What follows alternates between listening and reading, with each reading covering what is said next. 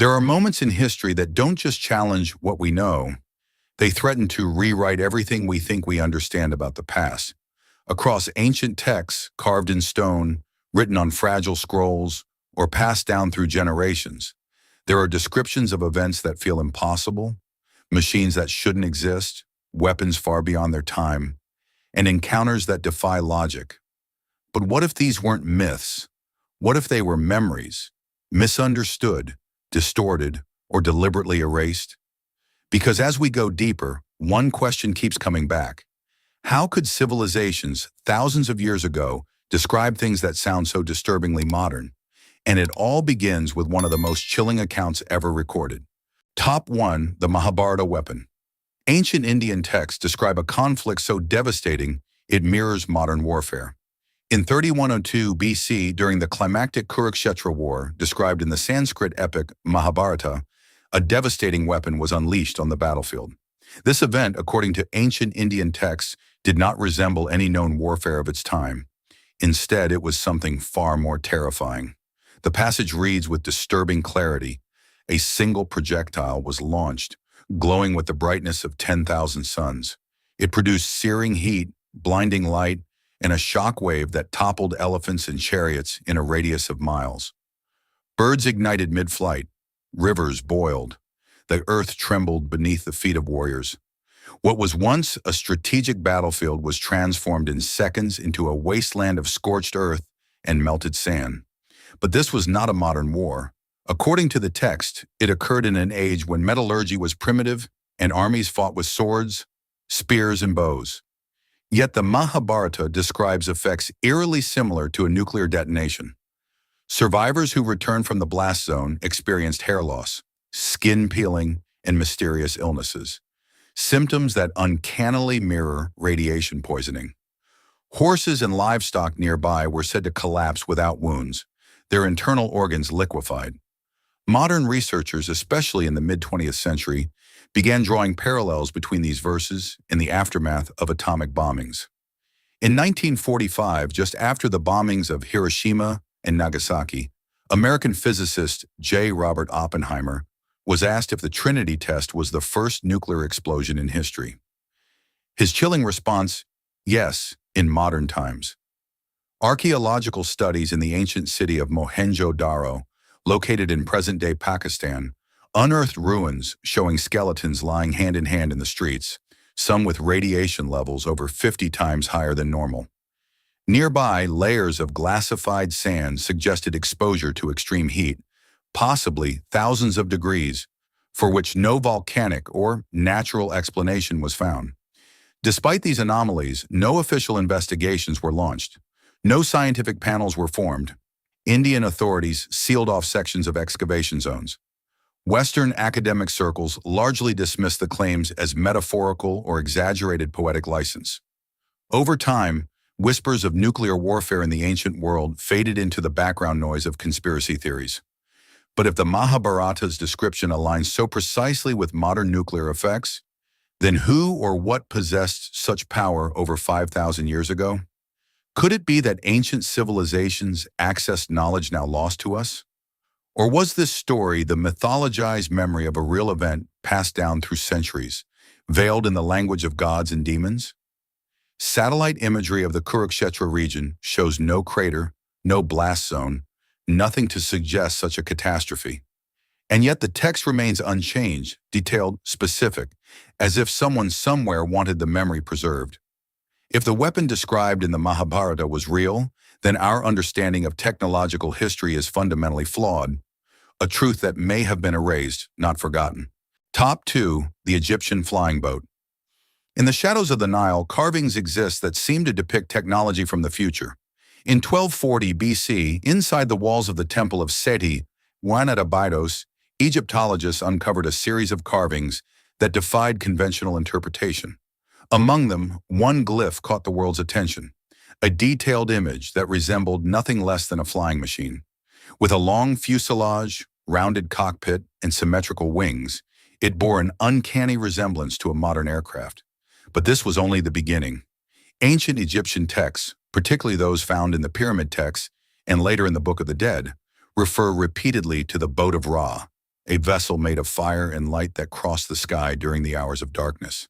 This celestial ship was not poetic imagery. According to the inscriptions, it emitted sounds of thunder, tore through the clouds, and was seen descending upon the earth, riding on winds not of this world. One translation describes the ship as glowing with gold and flame, its presence shaking the very ground as it passed. Priests recorded accounts of columns of light descending from it, and villagers who claimed to have witnessed it were often taken by temple guards for questioning or never seen again. The so-called solar bark was not depicted merely as symbolic transport of the gods, but as a real, powerful object that altered the environment and inspired awe. In 1891, British explorer and mystic H. Carter documented an obscure papyrus fragment found near Luxor. The fragment, now lost, reportedly described a metallic ark, shaped not like a boat, but like the wing of a great bird, which spoke in tones that shattered stone. While many dismissed the text as apocryphal, Carter himself insisted it was authentic, later noting in his journal that the priests feared the sky-born things more than they feared death. Fast forward to modern Egyptology, the debate remains polarizing.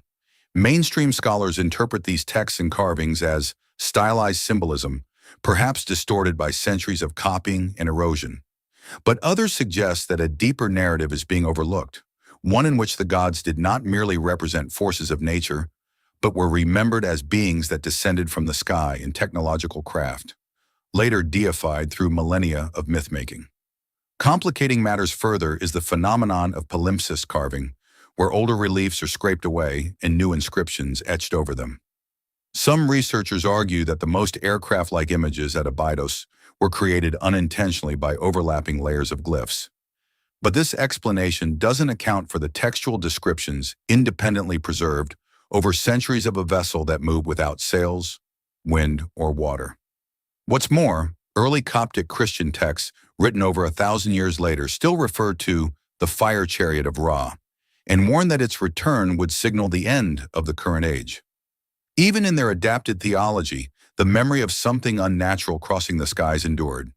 If the flying boat was just metaphor, why did it need guards? Why did its appearance shake buildings and instill terror? And why are there no comparable metaphors of sky vessels in other river civilizations of the same era? The idea that ancient Egypt merely imagined these encounters becomes harder to defend when one studies the consistency, reverence, and terror associated with this so-called boat. Perhaps the gods never sailed the Nile. Perhaps they flew far above it. Top 3. The Sumerian Skygate. The world's oldest civilization left behind records of a portal connecting Earth to the heavens. Around 2100 BC, deep in the ancient city of Nippur, archaeologists unearthed a series of clay tablets inscribed with cuneiform that belonged to the earliest written texts of human civilization. Among them was a passage that stood apart, not in its language, but in its implications. It described a structure called the Dur-en-Ki, literally translated as the bond between heaven and earth. To most scholars, this was interpreted as a poetic metaphor, but the rest of the text refused to conform. It described a place of meeting where the gods descended and returned, accessible only by passing through a door of light, surrounded by a vibrating hum. It stood on a land where no wind blows, where the soil is dry yet never dusty, and where no bird takes flight. A land not made by hands, suspended beneath the vault of the stars. More than myth, the text outlined detailed procedures for approaching the structure. Specific chants, timing by celestial alignment, and isolation rituals. The priest who entered was said to be changed forever, sometimes never returning. The description echoes initiation rites, but it also hints at something else: contact with a force or dimension beyond the physical. Further texts from the Enuma Elish and the Epic of Etana echo similar themes: journeys into the sky, visitors from above, and structures that shimmered in the desert without casting shadows. One clay tablet, now preserved in the Vorderasiatisches Museum in Berlin, even depicts a stepped platform surrounded by radiant beams and guarded by animal-human hybrids. Some interpret this as a stylized ziggurat, others as an ancient launch pad of sorts. The most chilling element appears in the Gudea cylinders, a pair of inscriptions describing King Gudea of Lagash receiving instructions in a dream from a being who shines like burnished bronze, telling him how to build an Eninu, a temple designed to connect heaven and earth.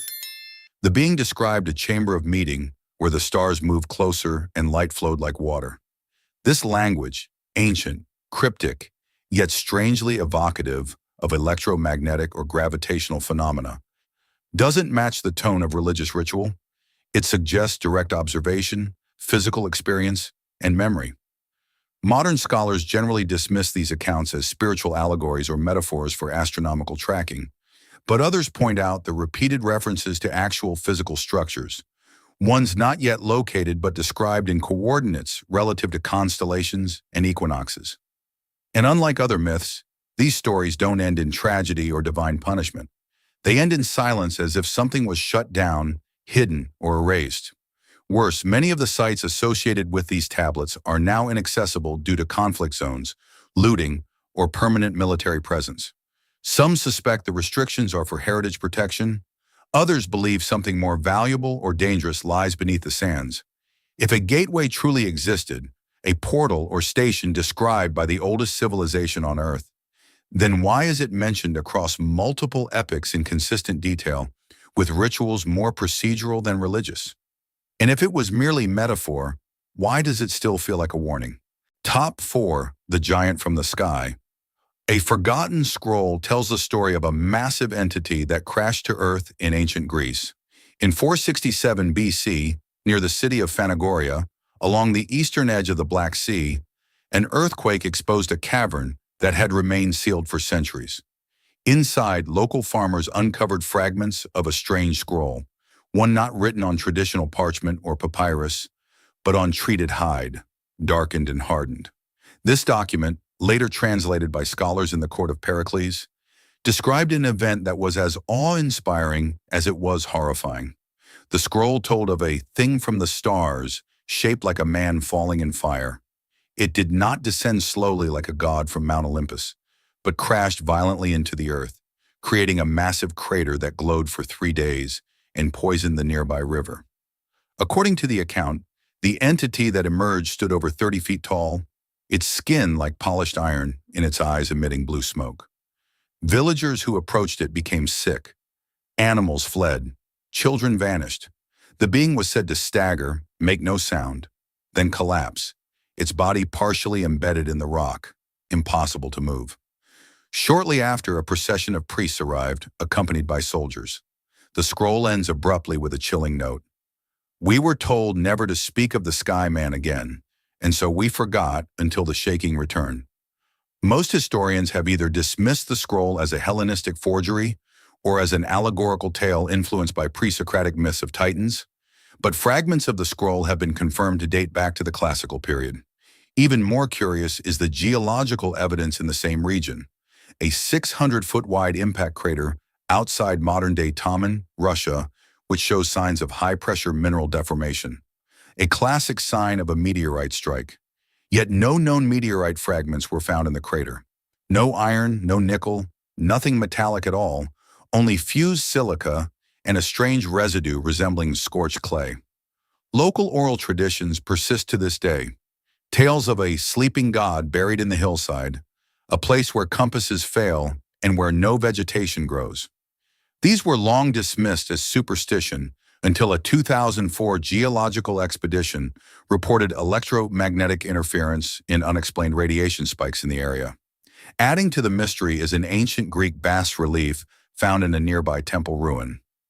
It depicts a humanoid figure descending from a streak of flame in the sky, its limbs rigid, surrounded by villagers shielding their faces. The sculpture was carved decades after the scroll's described event and may have been a silent memorial or a forbidden record. Could the giant have been an early observation of a spacecraft, or worse, its pilot? And if the body was never moved, is it still there beneath layers of dirt and denial? The language of the scroll is unlike any other myth from the period. It is not poetic. It is not moralistic. It is descriptive, clinical even, as though it was written by someone trying to preserve not a legend, but a memory. If the scroll is authentic and the event real, then the first contact with something not of this earth may not be a modern phenomenon. It may have happened in plain sight, and then, like so many truths before it, it was buried. Top 5. The Roman Triple Sun. Even the disciplined Roman Empire recorded celestial anomalies that defied their understanding of nature. In 74 AD, the Roman historian Pliny the Elder recorded a celestial event in his Natural History that defied both science and superstition. On a clear afternoon in northern Italy near the town of Mediolanum, now Milan, citizens gathered to witness a phenomenon that would leave them speechless for generations. According to Pliny's account, 3 suns rose into the sky, burning equally bright, and hung motionless for the length of a prayer. This was not metaphor. It was a documented observation by a respected Roman scholar whose writings formed part of the empire's official record. Pliny described the event with an air of detached precision. They stood arranged in a triangle, and he wrote, casting shadows at opposing angles. The air warmed, but the winds died. Then as one, they faded into mist. At first glance, this might seem like a rare atmospheric illusion, a known phenomenon called a parhelion or sundog, caused by ice crystals refracting sunlight in high cirrus clouds. But the Roman record continues in ways modern meteorology cannot explain. A second account uncovered in 1938 from the Annales Maximi, the state archive of the Roman Senate, notes that temples across the region were closed for days, with priests declaring the event a rupture in the order of the heavens. The report mentions that livestock refused to eat, birds circled the same radius for hours, and 2 watchtowers in the western province of Gaul caught fire without lightning or flame. The phenomenon lasted nearly 4 hours, far longer than any perihelion ever recorded, and was visible not only in Mediolanum, but reportedly as far south as the hills outside Rome. Even more puzzling is the reaction from Roman leadership. Emperor Vespasian ordered silence. All scrolls referring to triplicate suns were to be removed from state libraries. Witnesses were either ignored or reassigned. In one chilling note preserved in the private journal of a senator, the phrase appears, "The sky broke, and we were told to forget." Centuries later, in 1571, Italian astronomer Giovanni Battista Riccioli referenced the triple sun of old when attempting to describe another mysterious event observed near the Alps. He compared it not to optical illusions, but to celestial engines opening new doors in the firmament. And still today, the Vatican archives reportedly hold a sealed section labeled Sol Triplex AD 74, contents unknown. If this was simply an atmospheric trick, why did Roman authorities treat it as a theological crisis? Why did temples close and public discussion cease? Why were copies of the record hidden, some only rediscovered by accident nearly 2,000 years later? One possibility remains. What the Romans witnessed that day was not a trick of light, but a fracture in their reality. A glimpse of something layered behind the sky they thought they knew. And if their records are right, it did not rise, it appeared. Top 6. The Tibetan Thunder Wheels. Deep in the Himalayas, ancient manuscripts describe machines capable of manipulating sound and vibration. In 826 AD, within the remote cliffside monastery of Sami, the first Buddhist monastery in Tibet, monks uncovered an older set of texts hidden in a sealed copper chest beneath the library floor. Written in a pre-Bun script known to only a few initiates, the parchment was brittle, its ink faded, but its message rang with terrifying clarity. It spoke of the Drongthaw, translated loosely as the wheels that roar, said to have been used in the time before kings, devices that could summon thunder without clouds and shake mountains without touch. The manuscript described a sacred ritual known only to high initiates. When performed atop designated mountain plateaus, the Drongthaw would be activated by aligning with specific star constellations, focusing sound through conical horns and polished metallic chambers. Once triggered, the device would emit a deep, resonant vibration, a pulse so intense that it could split stone, shatter trees, and render birds flightless. According to the text, entire valleys were once flattened not by war, but by the misaligned activation of these thunder wheels.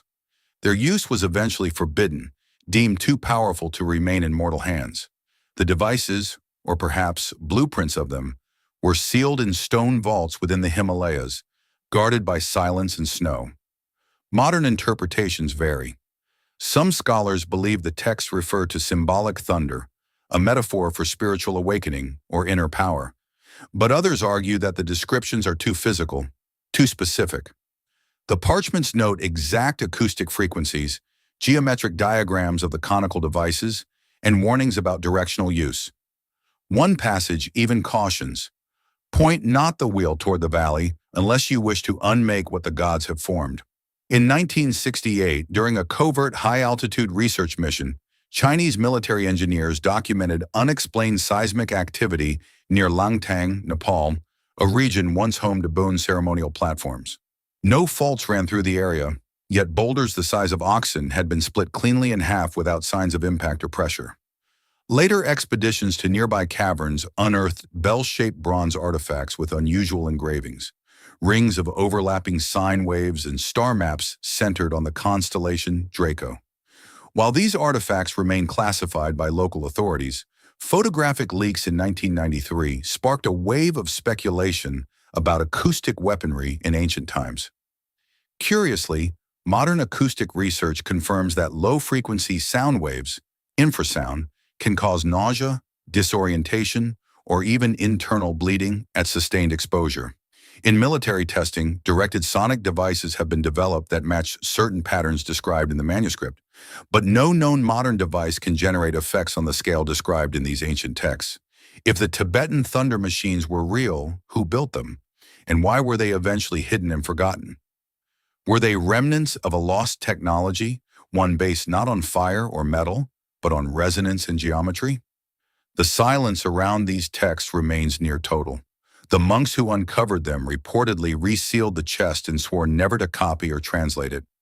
Yet rumors persist that a partial transcription made it to a private archive in Lhasa, now off limits to all foreign researchers. If sound alone could level mountains, then what else have we overlooked in the ancient science of vibration? Top 7. The Giants of Qumran. The Dead Sea Scrolls contain a suppressed narrative of a race that was never meant to exist. In 1947, in the limestone caves of Qumran near the Dead Sea, Bedouin shepherds stumbled upon one of the most explosive archaeological finds in human history, the Dead Sea Scrolls. Among them, buried beneath layers of dust and neglect, lay fragmented parchments that scholars would spend decades deciphering. But one scroll stood out, a text that even the most cautious academics admitted had no counterpart in any known religious doctrine. It was called the Book of Giants. Unlike the other scrolls, which focused on law, prophecy, or ritual, the Book of Giants detailed events from a time when beings known as the Nephilim walked the earth. These were not men, nor were they gods. They were described as the offspring of watchers, entities who descended from the sky and took human women, creating a race of unnatural hybrids. The giants were said to be enormous, capable of feats beyond human strength, but plagued by inner torment and uncontrollable rage. What made the text so disturbing was its tone. It was not mythic or poetic. It read like a confession. The giants speak of dreams in which a great tablet was submerged in water and dissolved, and in which a tree was uprooted from earth and thrown into the void. These images are interpreted by angelic beings as divine judgment, a flood meant to erase the corruption they brought. But deeper into the fragments, the scroll becomes more specific. One section describes a moment when the Nephilim looked to the sky and saw the gates close, and the watchers retreat to the upper realm. Another tells of a gathering in which they attempt to build a tower of sound to call them back. These passages suggest a technological or energetic understanding far beyond simple stone and fire.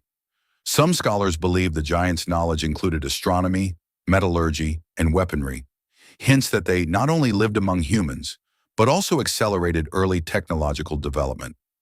Others argue that these were cautionary tales meant to illustrate divine boundaries.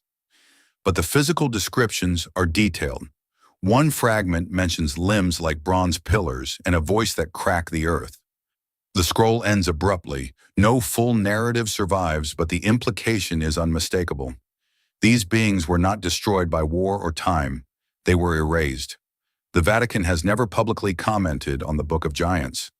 Neither has Israel's Antiquities Authority released the full transcription of several related fragments. Why? If these texts are purely myth, why do they echo across cultures, from the Nephilim of Hebrew lore to the Titans of Greece and the Asuras of India? Why does every civilization remember a time when beings came from the sky, disrupted the natural order, and were cast down? And if such beings once existed, what was truly lost in their disappearance? Knowledge, power, a connection to something or someone beyond Earth? Or worse, are the giants not a myth from the past, but a warning of what could return? Top 8. The Maya Sky War. The sacred texts of the Maya describe a conflict in the heavens that devastated the world below. In the heart of Guatemala's highlands, carved into volcanic stone and later transcribed by 16th century missionaries, the Popol Vuh stands as the sacred creation text of the Quiche. Most view it as a mythic narrative, a blend of cosmology and folklore. But buried deep within its chapters is a passage that diverges sharply from metaphor and ritual. It recounts a battle in the sky. According to the Popol Vuh, a war was waged above the earth between two factions: the lords of Xibalba, gods of the underworld, and celestial beings aligned with light. The account describes great fires that cut through the heavens, serpents of smoke and thunder that shook the trees from their roots. At one point, the sky tore open, revealing a mirror that showed the end of the world. One passage recounts that the rivers turned to ash and the stones beneath the mountains wept. Entire forests were said to ignite without flame. Crops blackened in minutes. Villagers who looked up into the divided sky fell to the ground screaming, blinded not by sunlight, but by something far more violent. What makes these descriptions extraordinary is not just their vividness, but their specificity. The Quiche had no words for advanced weaponry, no language for aircraft or missiles. Yet the text references spears of sky fire, beings wrapped in humming shells, and a roar that came before the flash. These aren't the tools of gods. They resemble the echoes of technological warfare. Some modern researchers have interpreted the account as a distant memory of a celestial impact event, perhaps a comet or meteor breaking apart in the atmosphere.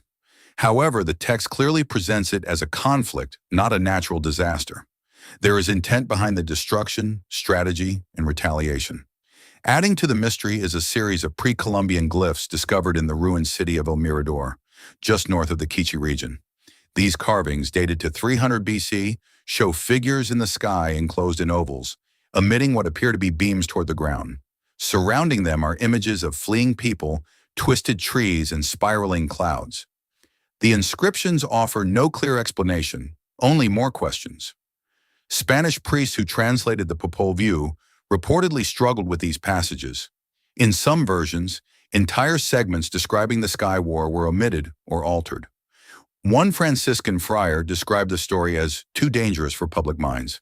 His annotated margin note simply reads, "Diabolical or true, too vivid to dismiss." Today, few mainstream historians address this section of the Popol Vuh. It is treated as allegory, but its parallels to other ancient war in the sky narratives, from the Vedic texts of India to the Norse myths of Ragnarok, suggests something more universal, perhaps a memory shared across continents. If the Maya were remembering a real conflict, who were the combatants? Why was the earth affected by what happened in the heavens? And if this was merely myth, why does it still feel like eyewitness testimony? Top 9. The Chinese Sky Fire Record. Ancient Chinese chronicles record a visitation that left behind physical evidence and a lasting curse. In the 4th century BC, a set of ancient Chinese chronicles known as the Zhushu Jinian, or Bamboo Annals, was unearthed from a royal tomb in the state of Wei. Etched onto slender bamboo strips and preserved for centuries in lacquered cases, the text offers a detailed chronology of early dynasties. But buried among the records of coronations and floods lies a singular entry that has baffled historians ever since. The record states that during the reign of Emperor Yao, a semi-mythical ruler traditionally dated to 2356 BC, a fire came from the sky, roaring like 1,000 dragons, lighting the day into night. It goes on to say that a silver object tore through the clouds, fell to the earth with a cry like thunder, and split the mountain like a melon. The surrounding land blackened, and the air itself turned to ash. Unlike typical omens or astrological warnings common in early Chinese texts, this account does not contain metaphor or ritual interpretation. It is observational, measured, It ends with a haunting line. A figure emerged from the fire, pale as bone and silent as stone. The people did not approach. For years, the passage was dismissed as allegory, perhaps an embellished tale of a meteorite impact or volcanic eruption. But recent geological surveys in the Loess Plateau near present-day Shaanxi province have revealed something stranger. Satellite imaging and core samples have identified a massive elliptical crater buried beneath centuries of sediment. The composition of the impact zone shows vitrified quartz and traces of high-energy plasma discharge, not typically associated with natural meteorite impacts. Chinese archaeologist Zhang Wangshu, in a 2007 private report later leaked online, described the area as showing electromagnetic anomalies, an absence of organic life, and soil properties consistent with high-frequency radiation exposure. His team found fragments of metallic compounds not native to the region, including a silvery alloy that resisted corrosion even after prolonged exposure to acid. Local legends surrounding the site add another layer of mystery. For over 2,000 years, villagers have warned of the white man from the sky, a being they describe as silent, eyeless, and shrouded in light. The area is still considered cursed. No animals graze there. Compasses spin wildly, and attempts to build roads through the region have consistently failed due to unexplained machinery malfunctions. Adding to the enigma is an ancient bronze disc found in a nearby tomb, engraved with spiraling patterns and star charts aligned not with Earth's current sky, but with a celestial configuration from over 10,000 years ago. Some believe it was left behind to mark the event or the visitor. If the bamboo annals truly describe a visitation, not just a cosmic impact, then it may be one of the earliest written records of an encounter with something not of this earth. And if a figure did step from that burning sky, as the text insists, who was it meant for? Top 10. The Norse Black Sun. The prophecies of the Vikings contain mechanical descriptions of an intrusion that predates their own gods. Sometime between the 10th and 11th centuries AD, in the windswept fjords of Iceland, an anonymous skald composed one of the most haunting prophecies in Old Norse literature. It was called the Völuspá, or the Prophecy of the Seeress, and it forms the opening poem of the Poetic Edda, a foundational text of Norse mythology. Most know it for its apocalyptic vision of Ragnarok, the twilight of the gods, but hidden within its verses is a far more cryptic account, the coming of the Black Sun. The passage in question reads, "The sun turns black, earth sinks in the sea, hot stars rain down from the sky. Steam rises in fire, high flame licks heaven itself." To some, this is the poetic rendering of a volcanic eruption, but scholars who specialize in Norse cosmology note that the language differs from traditional metaphor. The text goes on to say, "Then shall a hall be raised of gold, brighter than the sun, and from it shall descend the watchers of time, cloaked in ice and fire." What is most disturbing, however, is a seldom translated stanza, omitted in many modern versions, in which the seeress describes a moment when the sky shattered like brittle stone and a mouth opened above the pole. She speaks of a creature of metal and hunger that slithered through the breach, its eyes like suns, its breath cold enough to steal time. This imagery appears nowhere else in Norse myth. It does not correspond to gods, monsters, or giants. It reads like an intrusion, something foreign to the mythological system. The text describes a shadow that falls across the 9 realms, not cast by a god, but by a thing without name, older than the first frost. In 1904, during a translation effort by Norwegian linguist Olav Jorgensen, a marginal note was discovered in an older vellum copy of the Völuspá. It read simply, "These lines are not of the poet, they are from before." The implication being that certain stanzas predate even the mythos they were folded into, possibly fragments of oral memory preserved from an earlier, forgotten age. Modern astronomical interpretations have attempted to link the Black Sun to a solar eclipse, perhaps paired with a meteor storm or volcanic winter. But this explanation fails to account for the vivid references to time distortion, metal creatures, and watchers from a golden hall. If it were merely mythic symbolism, why is it so mechanically detailed? Furthermore, magnetic anomalies have been recorded around Snæfellsjökull, the glacier-capped volcano often associated with the Norse underworld. Compasses deviate, birds refuse to nest, and at least 2 expeditions have reported sensory hallucinations while camping near its crater rim. Local folklore calls the area the mouth of the deep sky, a phrase eerily aligned with the seeress's vision. If the black sun was a poetic metaphor for natural disaster, why include elements of artificial structure, machinery, and beings that descend from light? And if it was not metaphor, what was it? The prophecy ends not with salvation, but with silence. The seeress offers no hope, only the return of something ancient, something the gods themselves feared.